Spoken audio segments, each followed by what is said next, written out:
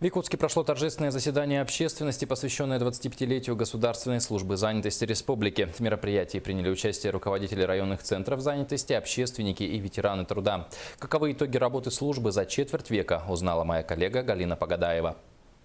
Органы Государственной службы занятости республики начинают историю с 15 апреля 1991 года. Тогда в Якутии был создан Комитет занятости населения.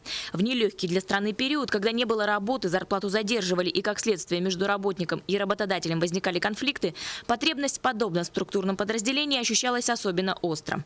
Как раз 90-е годы, когда страна переходила с одного состояния в другое, да, очень было сложно с рабочими местами, потому что предприятия закрывались, люди не работали, зарплаты не платили, кто даже работал. В этом ситуации, конечно, очень сложно было.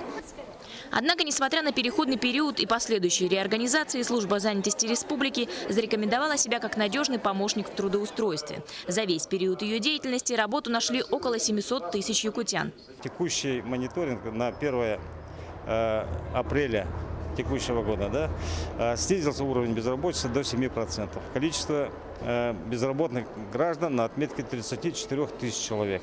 Это гораздо меньше, чем в прошлом году. Как отмечают специалисты, есть и проблемы. Во-первых, дисбаланс спроса и предложения. Не хватает специалистов рабочих специальностей – монтажников, бетонщиков, токарей и сварщиков. Тогда как уже на протяжении многих лет рынок труда перенасыщен юристами и экономистами. Серьезной проблемой является и отток рабочей силы из районов республики в столицу. В сельских местностях, конечно, молодежь не задерживается из-за того, что нет благоустройства, нету. Работы такого нету. Но меры, конечно, принимать надо, чтобы и молодежь работала в сельских улусах. Стимулирование населения в этом направлении разработана программа содействия при переезде и переселении в районы республики. Галина Погадаева, Василий Соловьев, НВК «Саха», Якутск.